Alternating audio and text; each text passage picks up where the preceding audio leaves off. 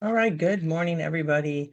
Hope everybody's having a great Monday. Today is Monday, October 20th, and we are on last week was veto session. This week we are not in veto session.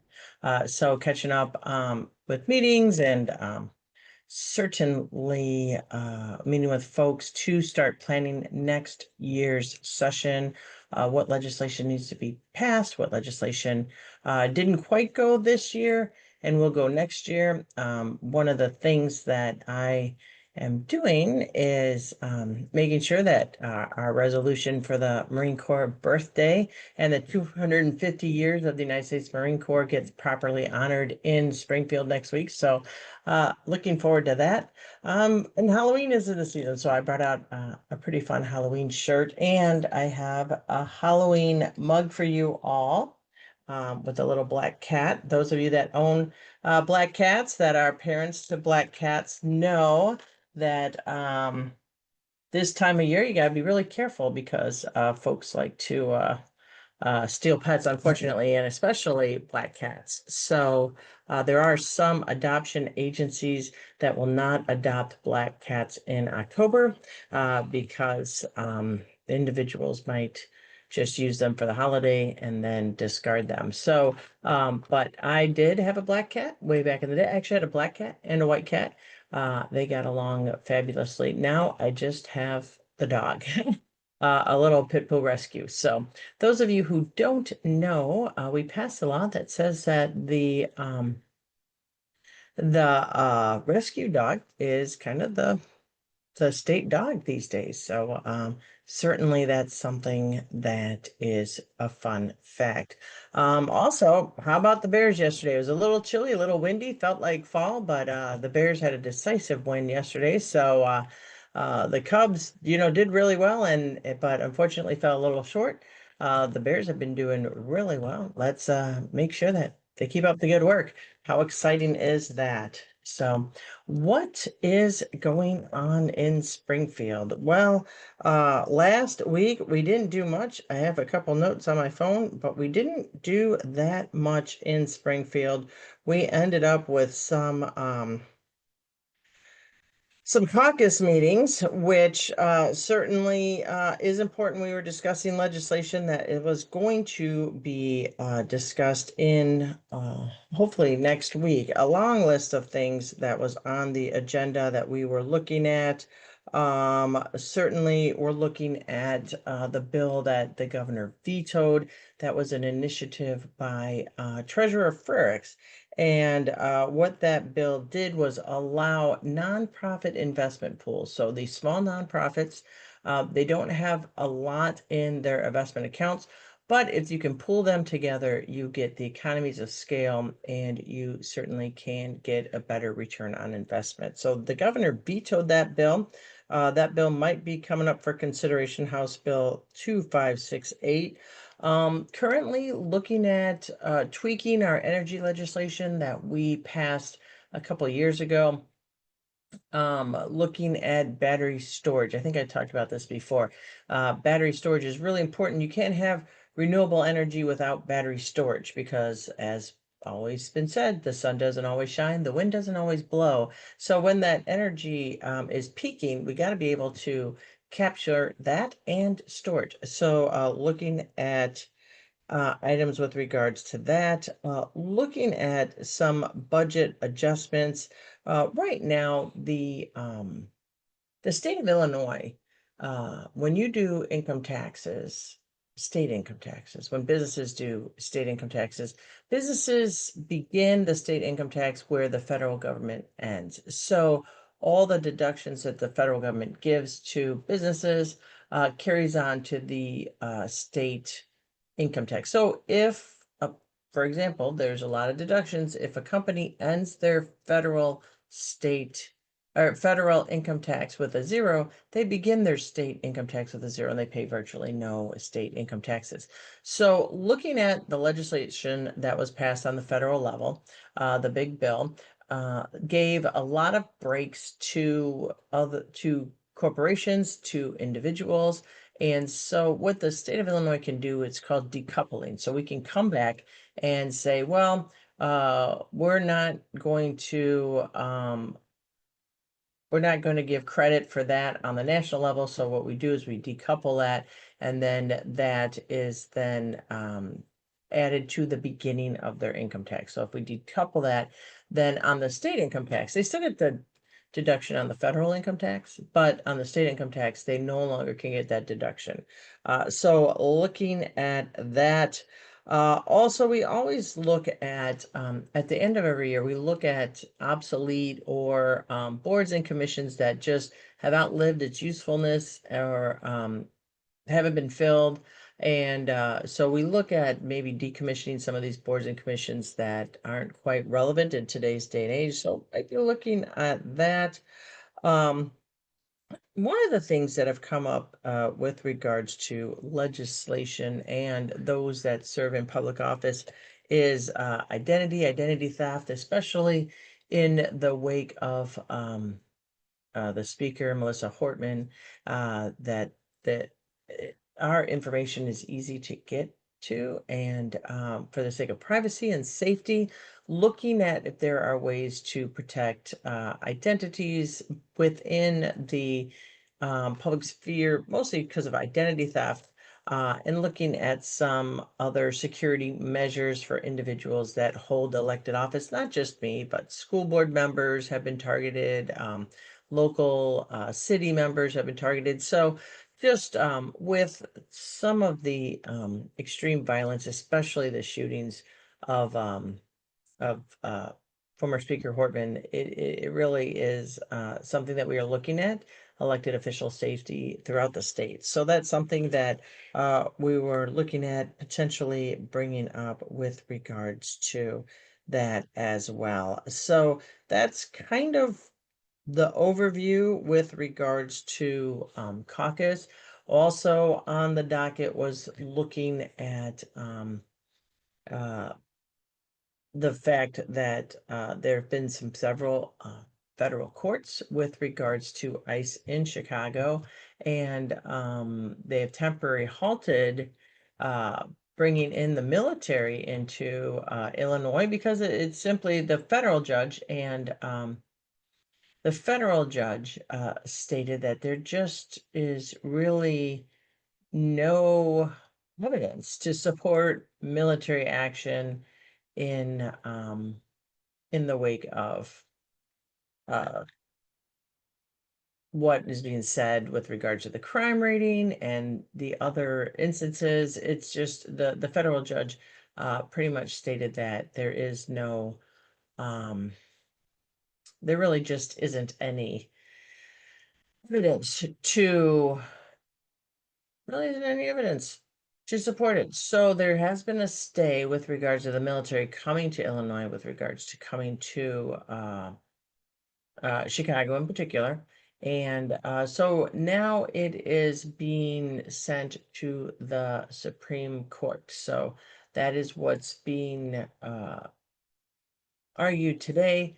The question is, though, really, number one, we don't know if the Supreme Court is going to hear that. But number two is when you look at the makeup of the judge, the federal judge, it was two Republican appointees and one Democrat appointee. So it was a three-panel judge that looked at it. Now the question lies, of course, is if it goes to the Supreme Court, it's in the Seventh Judicial Circuit, and the Seventh was represented by Justice Amy Coney Barrett. And so the question is, how is the Supreme Court going to look at that scenario? So it's something that we certainly need to keep in mind when we're looking at these kind of things that are happening on the state and federal level. Really unprecedented, of course, in what is going on today, but certainly something needs, something needs to be looked at. So the federal government did step back with regards to the federal government did ask the Supreme Court to allow the immediate deployment of National Guard troops in Illinois, calling decisions by lower court judges blocking the activation of guardsmen as micromanaging. We do have checks and balances in this country. And the check and balance could be viewed as micromanaging if you're going against state sovereignty, which we have in the Constitution. The state has the right to patrol and to operate independent of the federal government. Certainly, it is in our Constitution. According to the federal government, they are arguing that the judicial branch has no right to second guess a president's judgment on national security matters. The court system is the checks and balance on the federal government. The court system is the checks and balance on the legislature government. We have these checks and balances to ensure that one branch of government does not overstep their authority. So there was an October 4th order to federalize and take control of 300 members of the Illinois National Guard, along with the deployment of 200 Texas Guardsmen and another 16 troops from California. That has been blocked since last week. U.S. District Judge April Perry issued a temporary restraining order on October 9th, forbidding the Trump administration from deploying the National Guard, ruling there was no credible evidence there is a danger of rebellion in the state of Illinois. The Seventh Circuit Court of Appeals refused to stay Perry's order blocking the National Guard's deployment, with a 3-judge panel writing in an opinion published Thursday that political opposition is not rebellion.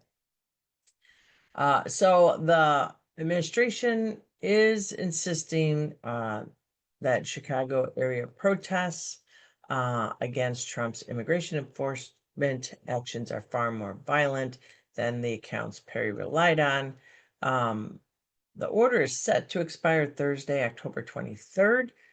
There is a hearing the day before, which would be 22nd, to look at the possible extension. So it's really unprecedented times with regards to states' rights, because the state has our constitutional right to operate within our borders. So when we're looking at it, the judge last week said that the Department of Justice arguments, particularly in characterization of the protest, noted they never exceeded 200 people outside the ICE facility in the Chicago suburb of Broadview. There's a growing body of evidence that DHS version of events are unreliable. And on Friday, the Department of Justice stated that they believe the judge's ruling was part of a disturbing and reoccurring pattern that follows similar cases in Los Angeles and Portland, Oregon. Now, I don't know why it's disturbing, because again, in the Constitution, we have states' rights, and the courts are to interpret the Constitution, not certainly looking at one person's or one president's view. It's really our Constitution's.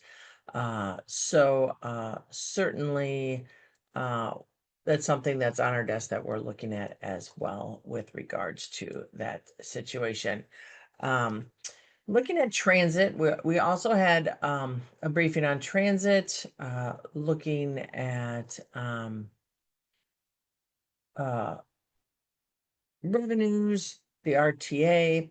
Metra, obviously we all ride Metra. They wanted to shift $60 million from operating revenues to the capital side to secure matching federal grants and finance loans for urgent projects in its 2026 budget proposal. However, with the fiscal crisis that they're looking at, the RTA objected to this, and certainly Metra, PACE, and CTA are all looking at budget shortfalls. So they're working with the Metro Board and to remove the transfer of 60 million from operating to capital. So in essence, we potentially could be losing matching federal grants for upgrades of the Metro system with this now reverse course of that $60 million. On our desks as well as the federal shutdown. The federal shutdown does affect folks in Illinois, folks that rely on SNAP benefits, which is Supplemental Nutrition Program. They could lose that. The state could lose $350 million that we administered to recipients, and if SNAP funds are not delivered by the federal government, the state of Illinois does not have the ability to backfill that critical resource. So 1.9 million Illinois residents rely on SNAP. In fact, just this spring, I passed legislation to allow veterans who are suffering from food insecurity to also apply for the SNAP program. But the government shutdown is putting those 1.9 million Illinois residents at risk of losing those SNAP benefits. So certainly there's a lot going on. Looking at our universities, so recently, last week, I took a stand for our public universities. The governor's office decided to shortchange universities by and holding back 2% of their budgeted amount. And that is a significant hit to universities. The amounts budgeted and to be quite honest, needed. In retrospect, when I went to college back in the late 1990s, I got out of the military in 94 and attended Northern Illinois University. Back then, our universities were funded more in the budget than they are today. And that's not taken into account with regards to inflation. Really, when you're looking at the cost and individuals are talking about how pretty much tuition has gone up. Tuition has gone up because over the years, the state has continued to defund our institutions of higher education and our universities that really provide the workers for our next generation. And certainly that is of a concern. And so I joined other members in the chair of higher education, Representative LaShawn Ford, joining him in calling for the governor to release that 2%. We're chronically underfunding our universities, making higher education more and more and more expensive for our students, and something that we certainly need to address and to look into. Really, it was a bit of a busy week last week, even though we didn't do any legislation. Uh, Certainly that's really, we had briefings, which is important, but now we only have 3 days left of session to get a lot done Tuesday, Wednesday, and Thursday of next week. What else is on my desk? Attorney General Kwame Raoul has filed a lawsuit against State Farm, alleging the insurance giant has not complied with a regulatory examination. The lawsuit is filed on behalf of the Illinois Department of Insurance, alleges the Bloomington-based company did not comply during an examination into its nationwide homeowners insurance business. State Farm said the lawsuit is without merit, and they are seeking zip code level nationwide data about State Farm's policy, including premiums collected, types of policy coverage, and insurance limits. So they are not provided that data, and it's important so that we can see really this enormous spike in insurance throughout, and we certainly need to make sure that these companies are not skirting the rules and increasing rates without justification. So that's again on our radar. for this week. Now, going back to another thing that the universities are struggling with, besides the budget, I apologize. The universities also, the discontinuation of federal funding from the Corporation for Public Broadcasting. On the university campuses, they did have like radio and public broadcasting. And so the federal funding from the Corporation for Public Broadcasting really hit them as well.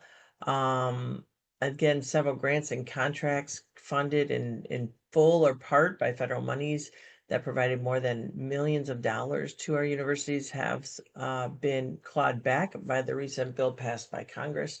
And then due to a shift in immigration policies, we were able to educate international students who wanted to come to here, Illinois, America, to learn.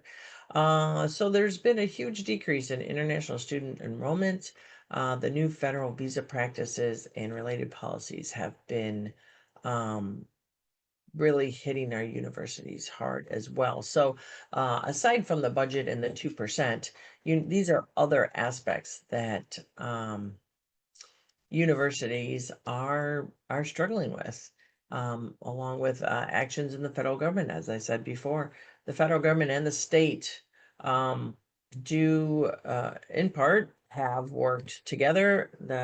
Now with the current administration, seems to be really adversarial and not working together, and so it's impacting a lot.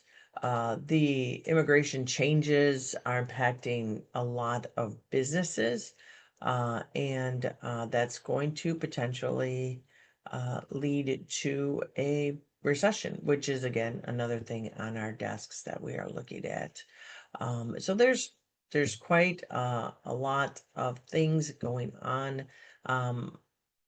Not much really in Springfield in terms of legislation. I informed you of the legislation that we're looking at. One of the things we're also looking at is soybeans. Illinois is the #2 producer of soybeans in the nation. Last year, if we're looking at things, China bought over 105 million tons of soybeans from the US, making it the country's biggest soybean buyer. And this year, China has bought zero. There are other competitions in the world with regards to soybeans. So instead, they're going to Brazilian suppliers. And our soybean producers are frantically looking for new buyers, amid lower prices. In Illinois, agriculture is one of our top economic drivers, and we're one of the largest growers when it comes to things like corn and soybeans. And so it's another thing on our desks that's hitting the state. That's certainly a direct result of the tariffs and the adversarial relationship the federal government is having with China. So certainly that's a huge concern as well. Another bill that got filed, I'm just going to talk about it. It's called by State Representative Cam Buckner, introduced the Stadium Transparency and Responsible Spending Act to ensure that any taxpayer-backed deal for a professional sports stadium is transparent, fiscally responsible, and publicly vetted. So this is looking at mostly in response to the Bears looking to relocate to Arlington Heights. His bill would make a full public online disclosure, independent franchise-funded cost-benefit analysis, 2 public hearings, full reimbursement by the franchise for any lost property tax revenue for public schools, libraries, emergency services, full repayment of all subsidies plus 5% annual compounded interest if the franchise relocates or fails to meet other economic commitments. So that was filed as well. So certainly we are looking at the budget that's on the top of the list in Springfield that I was looking at being on two budget committees, General Services Approps and Pension Approps. So looking at the Budget Bill Act that was passed in Congress recently, we're looking at potentially having a $267 million deficit. We are looking at potentially a $2.2 billion projected budget deficit in the next fiscal year, which begins July 1. And why is this? It's because, as what I mentioned, in the national level, changing policies, our state corporate income tax receipts are declining. Businesses aren't doing well. And the indicator of that is, uncertainty in government is always a factor when it comes to corporates and corporations and individuals being laid off on the federal work. We have hundreds of thousands of federal workers in Illinois. They're no longer shopping. They don't have disposable income. The unemployment rate is going up. So our corporate income tax receipts for the first quarter of the fiscal year were $215 million lower than the same period during the previous fiscal year. And what was looking at is there were some things that were passed in May that I didn't, some additional taxes that were passed in May that I did not support. Was hoping to get corporate receipts actually up 10%. That did not happen. It's just not happening at all. We had talked about having a very conservative budget, and instead the budget spent significantly more than last year. Much of the state's tax code, like we were talking about, is in sync with federal law, and the federal changes really is causing the state's unexpected shortfall. So, according to the Governor's Office of Management and Budget, the bill that passed in the legislation will cost the state about $587 million this fiscal year in corporate income tax receipts, and another $249 million in individual income tax receipts. Although the commission reports that individual tax receipts are still on par, rising as was expected. Research and development expensing represents about 320 million of that. That's the biggest hit. Certainly those are things that we are looking at. But keep in mind, about this time last year, the governor's budget office projected a $3.2 billion budget deficit, and that didn't turn out to be the case. So the latest projection, we always look at it. These are projections. They're not always set in stone. We don't know the numbers until it's actually realized. We're still looking at certainly a lot of things with regards to the budget as well. Actual deficits may actually be higher than what we're talking about too. It's really unclear with regards to the fallout from all the different actions that are being taken in the federal government and how they are going to trickle down and impact consumer spending, impact the way businesses function, impact the way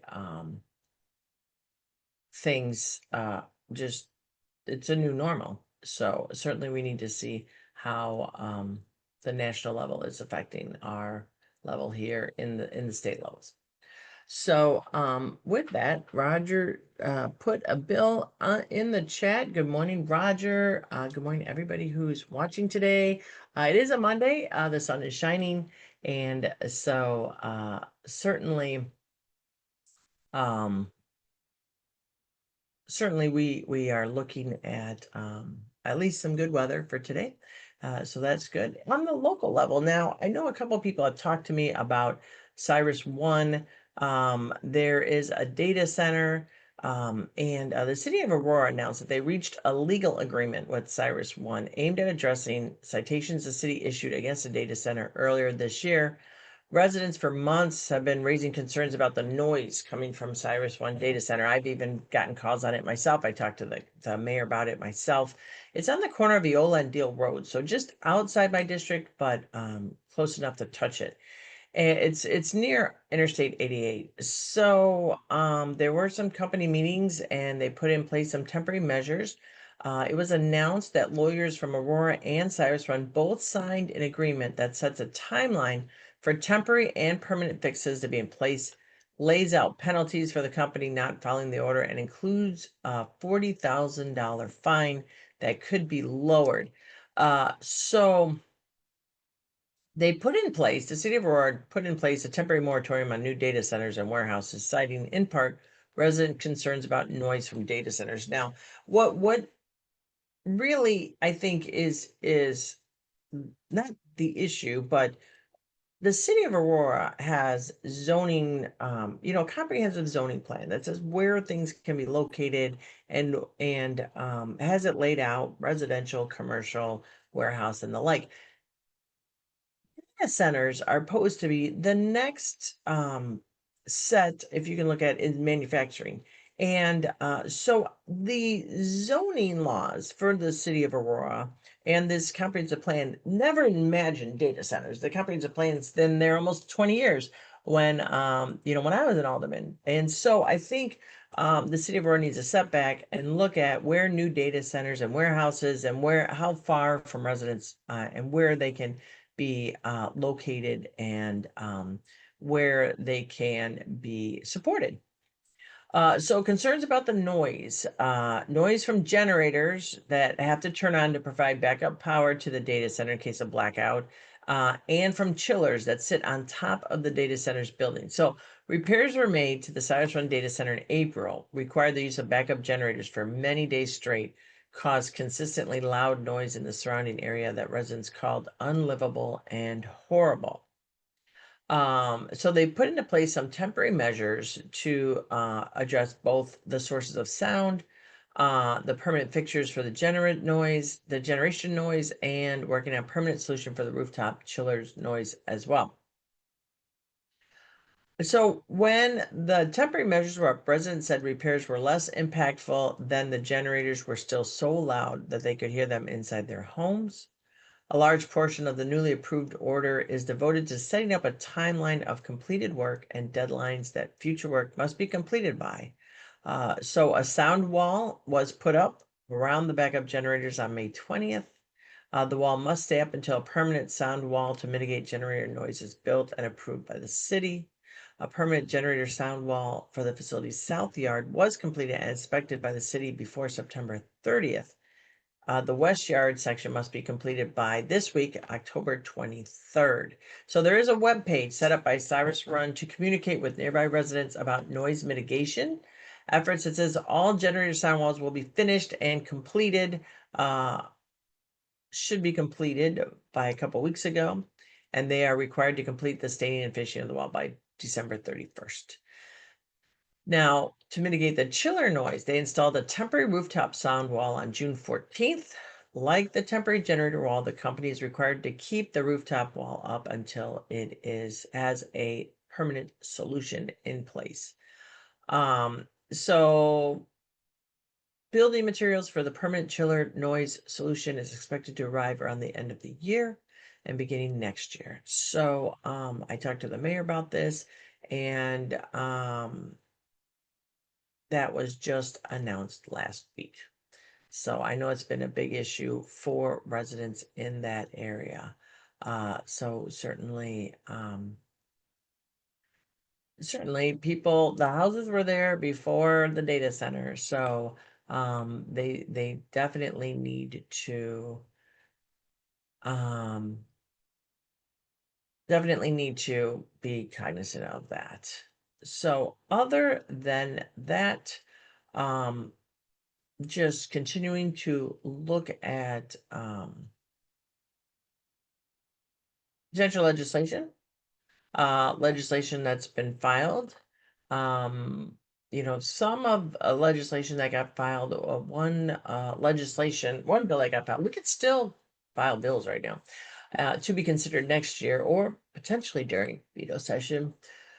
But State Senator Christina Castro led a measure through the Senate that would make a temporary cocktail to go state law permanent and create new rules to allow more small Illinois distilleries to self-distribute spirits. It would create a Class 3 craft distiller's license, which would allow the distillery to manufacture up to 100,000 gallons of spirits annually. The licenses would then be able to apply for the ability to self-distribute up to 2,500 gallons annually. We had a temporary law permitting bars and restaurants to sell cocktails and mixed drinks for delivery and curbside pickup, often referred to as cocktails to go. So looking at a measure that would eliminate the requirement for a business applying for a liquor license to provide a tax bond during the application process, so kind of easing some of the barriers for small businesses as well. So that was filed by Senator Castro. So certainly not a lot of bills are being filed this right now during veto session. Mostly we file them in January for the year, but we are looking at legislation that we can file now to look at it and then have considered in January. So because sometimes these bills take a bit of work. Finally, some good news. The Illinois Department of Natural Resources has a grant to send over 740 Illinois students to historic sites. So more than 740 students across Illinois will have the chance to explore the state's rich history this school year, thanks to over $6,740 in grants awarded by the Illinois Department of Natural Resources. So the funding comes from the IDNR State Historic Sites Field Trip Grant Program, which helps schools cover the cost of transportation for educational field trips to the state historic sites. According to the IDNR, this year's awards, distributed through 14 grants across 12 counties, marks the largest amount of funding given by the program since the beginning of the 2020-2021 school year. Now, on that vein, I've gotten some calls about Laredo Taft and NIU, and Northern Illinois University did stop operating Laredo Taft because it was a $400,000 budget deficit. As I said before, the state of Illinois has been underfunding its universities for the past 20 years. However, Northern Illinois University understands the importance of Laredo Taft and is working with the Illinois Department of Natural Resources to transfer ownership to IDNR, and hopefully we will have an update on that soon. So they are working on that. And then finally,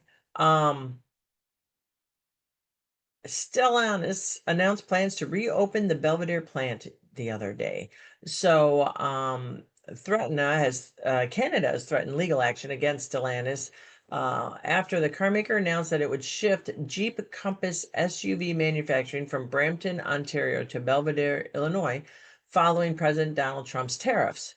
So Industry Minister Melanie Joly would consider Stellantis in default in light of government support extended to the automaker following an agreement to maintain its full Canadian footprint, including Brampton.